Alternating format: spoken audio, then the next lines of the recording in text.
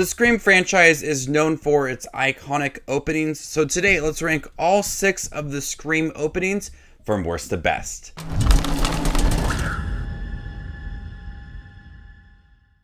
Hey everybody, my name is Justin. Here I try to watch everything that hits theaters and on streaming services. If you guys are like me, go ahead and hit that subscribe button down below and click that bell notification for more up and coming content.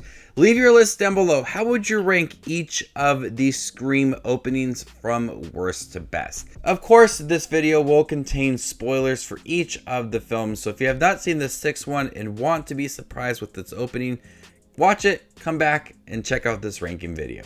Coming in last place is Scream 3. One thing I did not like about Scream 3 is how they were able to change the voice, not only from Ghostface, but to match characters within the film. Initially it was clever, but then it really lost its purpose. In the beginning of the film we have Cotton Weary, and he talks to Ghostface, and Ghostface wants him to reveal the location of Sidney Prescott, and if he doesn't, then he's going to kill his girlfriend. He rushes home. Ghostface uses the different voices in here to kind of throw off these characters. I really don't like that too much, and that's one of my biggest gripes of the 3rd film. And this felt like it could just be a scene within the movie. It's not very clever, where we have that 2nd film that was very meta in the movie theater. This one just felt like it was a step back. Kind of your average kills and killing off a character that really wasn't that strong within the first place. So you don't really feel any impact from this character. When we see Cotton Weary in the beginning of the film, you know he's going to be the one to die. So it's kind of lackluster. It's not that exciting. It does set the tone for it, and utilizing that voice changing within there, and it's one of the things I really didn't like about this movie. So everything just kind of mixed together, sits at the bottom. Coming in 5th place is Scream 2. This opening with Jada Pinkett Smith and Omar Epps set in the movie theater really set the tone. How the Stab films played a huge part in the films moving forward. And so we have the discussion of the Stab movies as our characters are getting popcorn and getting their tickets and finding their seats. We see the theater just erupting with excitement, running around, so excited to see the Stab films. And at times I think it'd be fun to kind of have that atmosphere, obviously not with a killer in the theater. When Omar Epps goes off to go to the bathroom, he's killed in the stall. Ghostface returns, acts as the boyfriend, kills Jada Pinkett Smith, and she goes up front, and everybody just think it's part of the theater experience. It perfectly sets up the self-awareness that the Scream franchise is known for. It's gory and shocking at times. There's enough time spent in the beginning with Omar Epps and Jada Pinkett Smith. They give really good performances as well. Briefly with these characters, the opening set up the tone for the 2nd film and the meta discussion and it being self-aware. Coming in 4th place is Scream 5. This film was a tribute to the first Scream film. We had the horror movie trivia from Ghostface, and we had Jenna Ortega within the movie, and she actually survives, which is different from the other films. But this movie set the tone that this was going to be a very gruesome film, and the Ghostface killer did not hold back.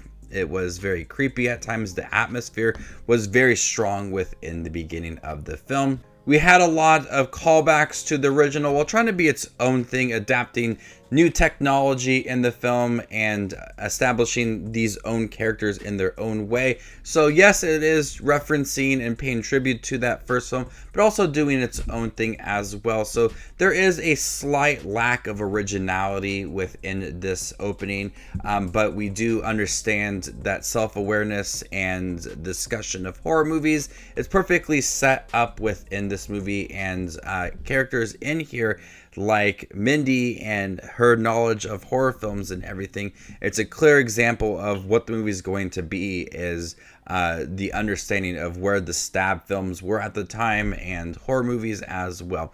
So it does a great job of referencing the original, trying to be its own thing as well. There's some times where it feels very similar as well. That's kind of the tribute part to it. I wanted to see something a bit different from this opening. Coming in third place is Scream 6. Set in New York City, They utilize New York City. One of the best ways in here is the alleyways. And Samara Weaving is on a date. Her date can't find where she is. She goes off to try to find him in the streets, and he lures her into an alleyway.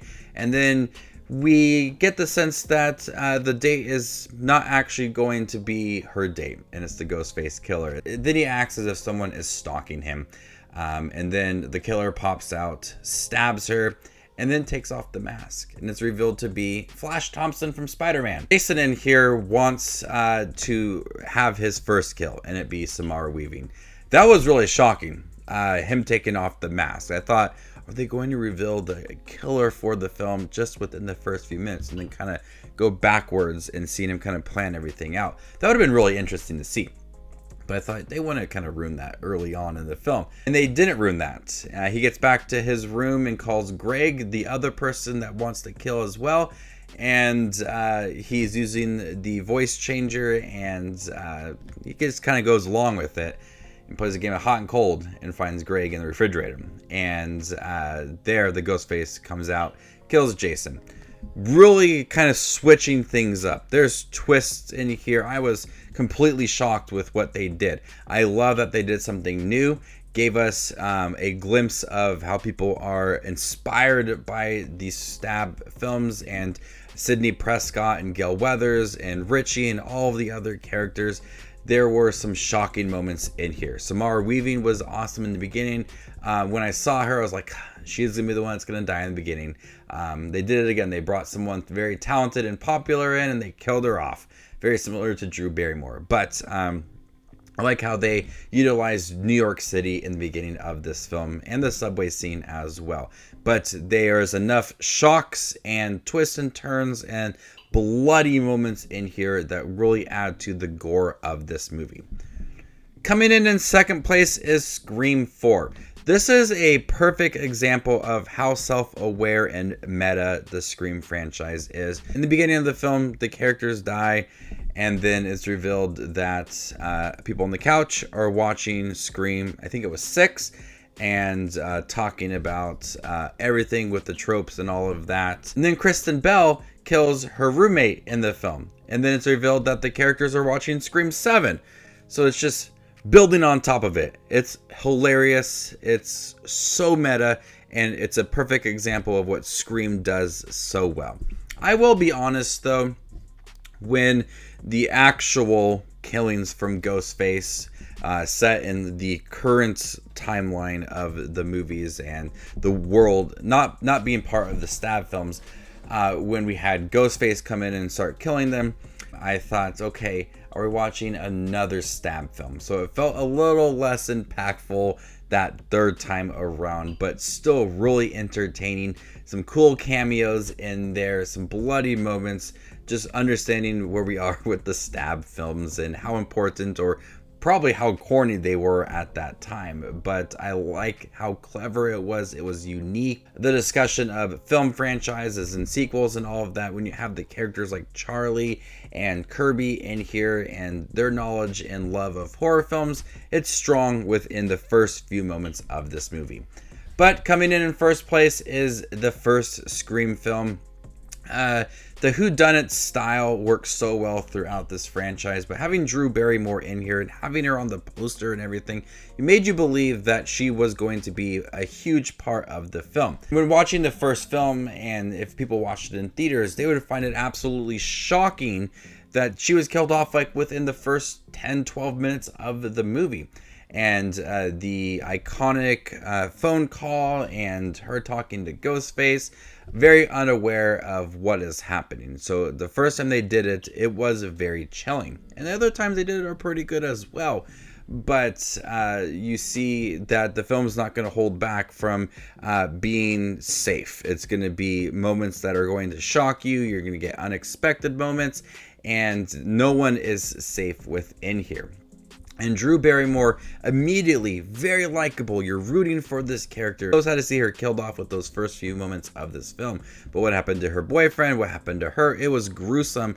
and just set set the atmosphere of how bloody this film was going to be. Even with the phone call from Ghostface and just having a casual conversation and then calling her back and forth, just kind of built and a perfect example of suspense that is slowly increasing throughout. It's not trying to be very quick and flashy. It's slowed down at times, setting that atmosphere.